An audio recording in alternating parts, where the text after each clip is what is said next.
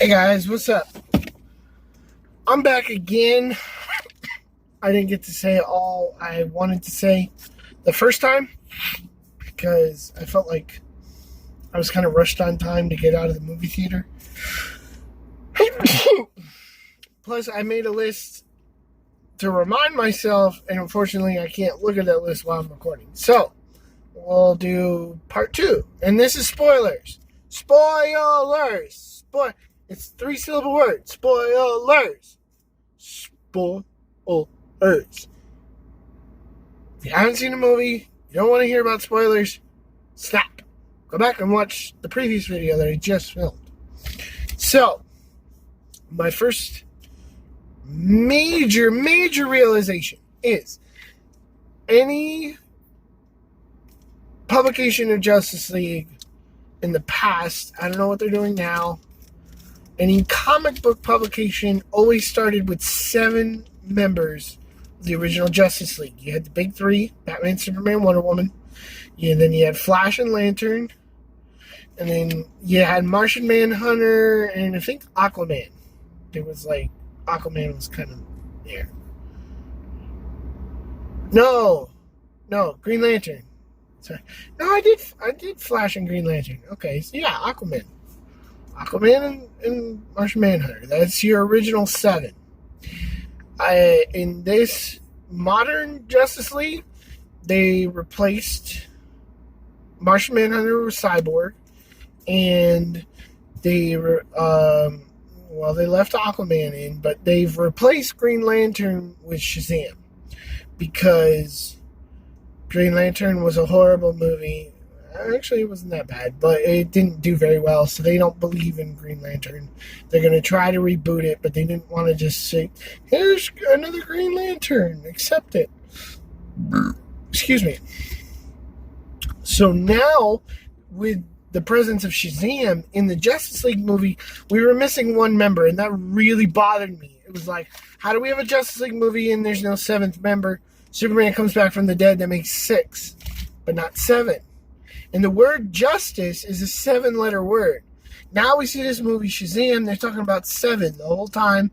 7 this, 7 that.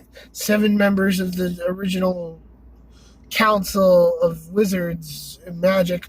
Oh! Another big freaking thing they failed on. If that is the main source of magic, where the Wizard Shazam is, Billy Batson comes there, obviously. There is a scene where where Billy's trying to, they're exploring the Wizard Shazam, his area or whatever. There's all these doors that lead to portals and stuff. Big missed opportunity to introduce more DC characters. I mean, obviously, maybe they were DC characters, but they weren't good ones. And this is what Marvel does. Marvel uses those little to connect the dots, to say, oh, all of our movies are connected. Here you go. They're all connected. And DC drops the ball on that every single time they drop the ball. If you have these magical windows, they're opening up to different portals. You could do the 5th dimension, Mixie Yazpidalik. You could do the Green Lantern Corps of Oa. You could do, which I already said they won't do Green Lantern. But Dr. Fate? Zatanna? Come on, people. Hell, you could have even opened a door to the Arrowverse. You could have been like, oh, here's the Arrowverse. It's through a magical portal. It's, Elseworlds, Here's the Joker movie coming out. Here's the Suicide Squad something. Give me more DC. Enough is not enough. So, and how is it that if that's the main source of magic in the universe, that there's no mention of Dr. Fate? Oh, Dr. Fate is I know he battles chaos, but he still primarily deals in magic. So Dr. Fate, I was waiting. I was like, please have Dr. Fate's helmet. They didn't have Dr. Fate's helmet. Big letdown. This is the first, spoiler, DC Comics movie, non-Batman, to officially introduce sidekicks. And that to me was huge because I saw the family, the Marvel family, the Captain Marvels, whatever they call themselves. I've heard about them. I didn't know them by heart, but I knew that's who they were. And they actually had the stones to put them in full costumes. And I was amazed by that. That's why I gave the movie a 5 out of 5. Because these movies are so scared to show sidekicks. And this was like, we can't have Billy Batson without his family. Like, you just can't. So I was really proud of that, of them for that. So Billy Batson, Captain Marvel, makes an official 7-member Justice League. That to me is huge. That means if they team up again, we've got 7 superpowered, except Batman, we got 7 heavy hitters. And if they're going up against the Legion of Doom, this is going to be huge. Speaking of the sidekicks, if you watch Man of Steel, if you watch Man of Steel, BVS, Snyder did this thing where he paid homage to Smallville. He cast Smallville actors who weren't very, they were sub characters. They weren't main characters, but they were sub characters.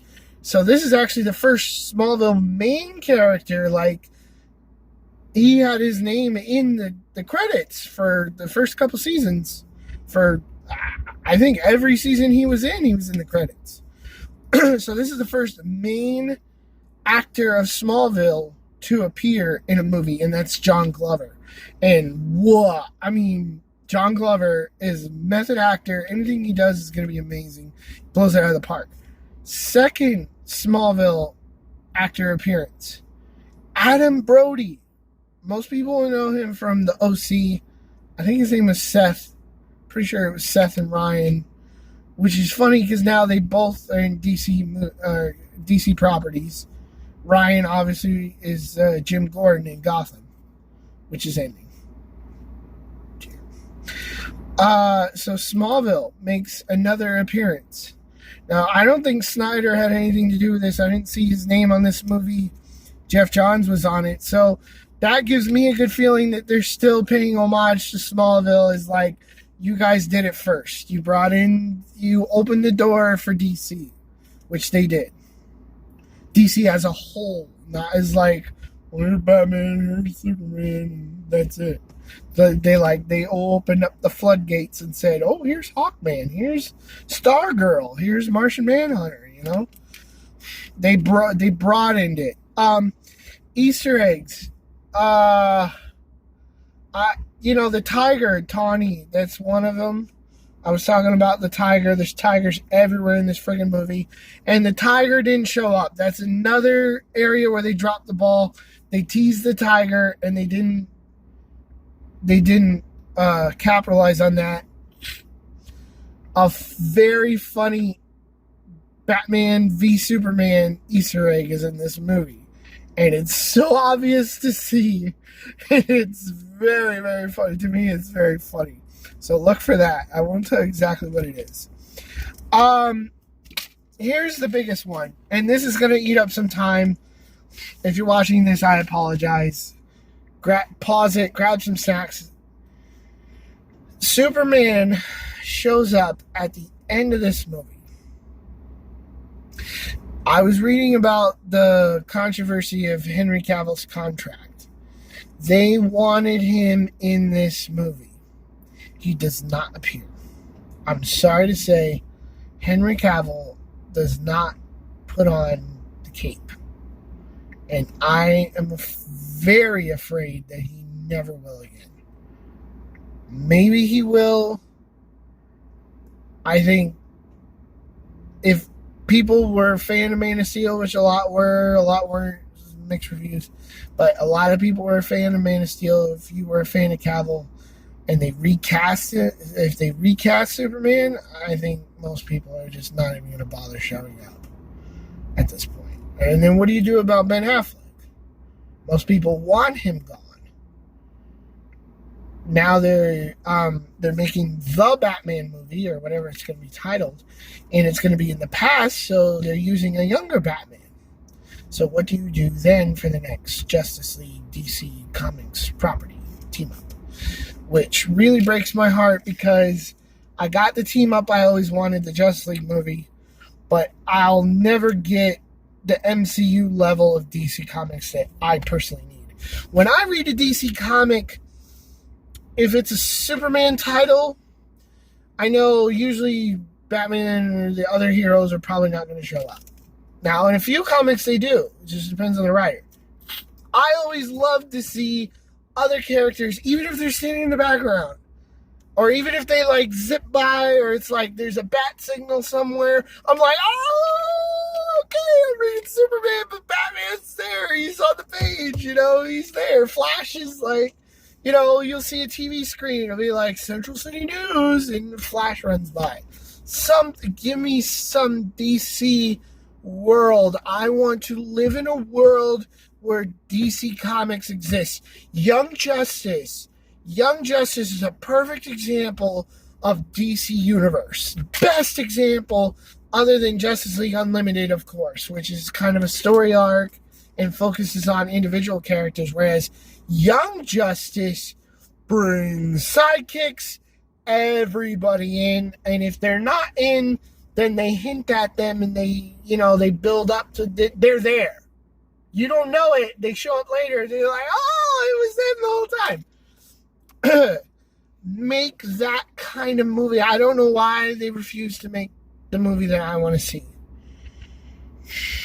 But even so, that just it just seems like they're going to keep going with these solo movies where what Captain Marvel did was Captain Marvel brought in the DC Universe, but not like I like, and even though I said the background, their version of background is like, oh, here's a trinket here, here's a newspaper there, which, yes, I do love that, but it's basic. It's Batman, Superman, it's not anything else. And Captain Marvel did bring Justice League into it by doing a little goofy thing at the end.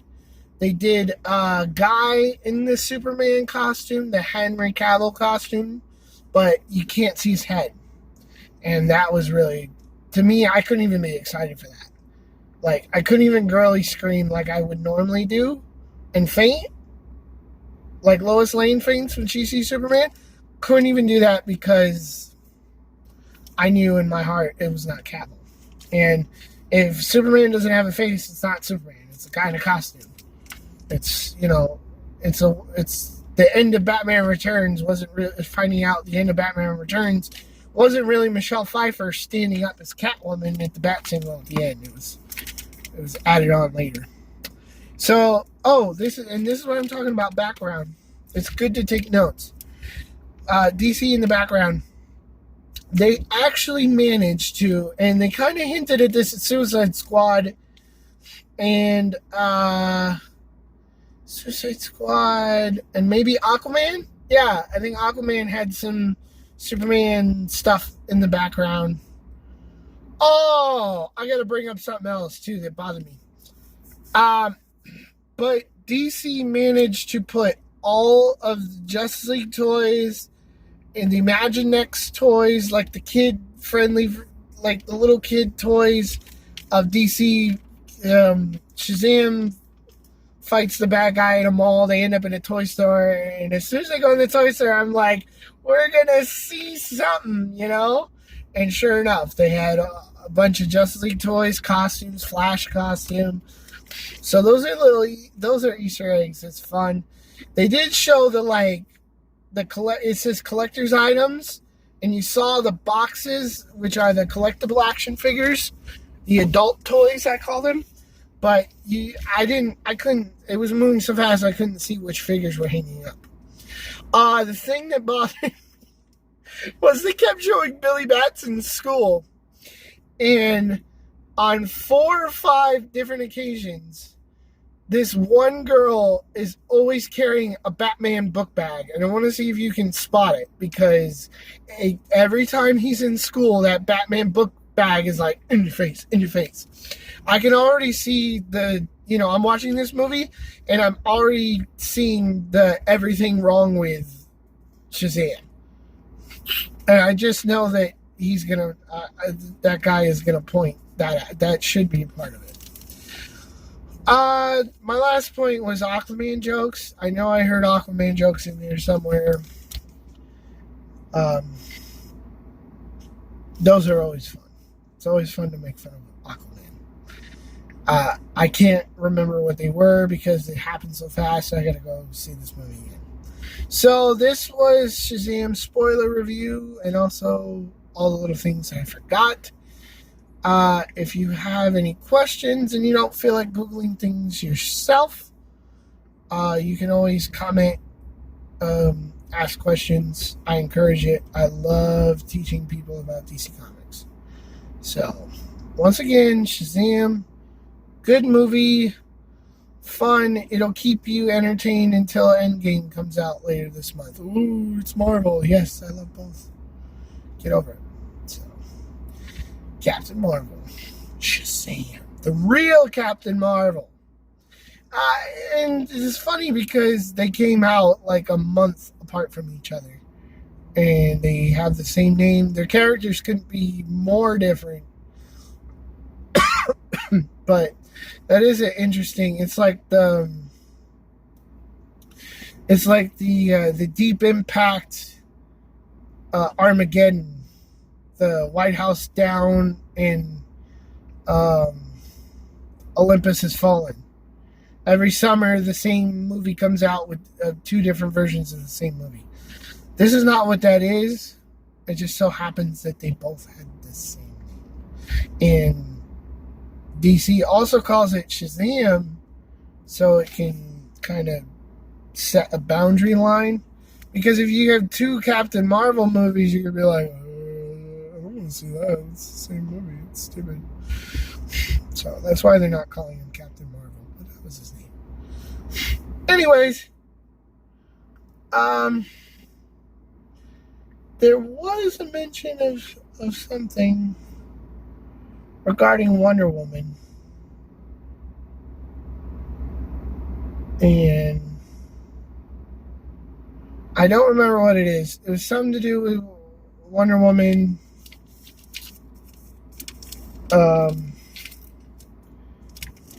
And I was thinking,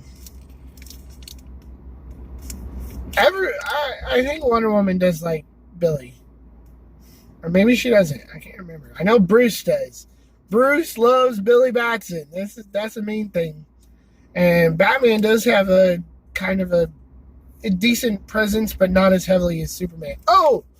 Another Easter egg! The Superboy logo appears again. They keep doing this in these movies. In Justice League, the kid comes up to Superman's memorial, and you see him like put a flower or something.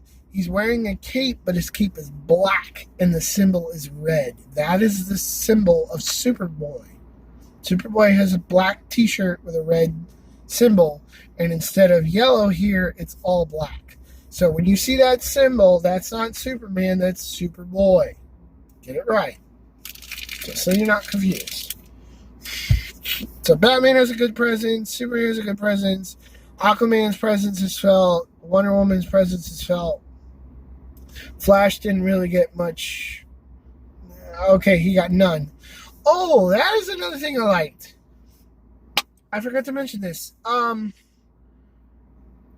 Shazam, Man of Steel. Man of Steel started it, then Shazam.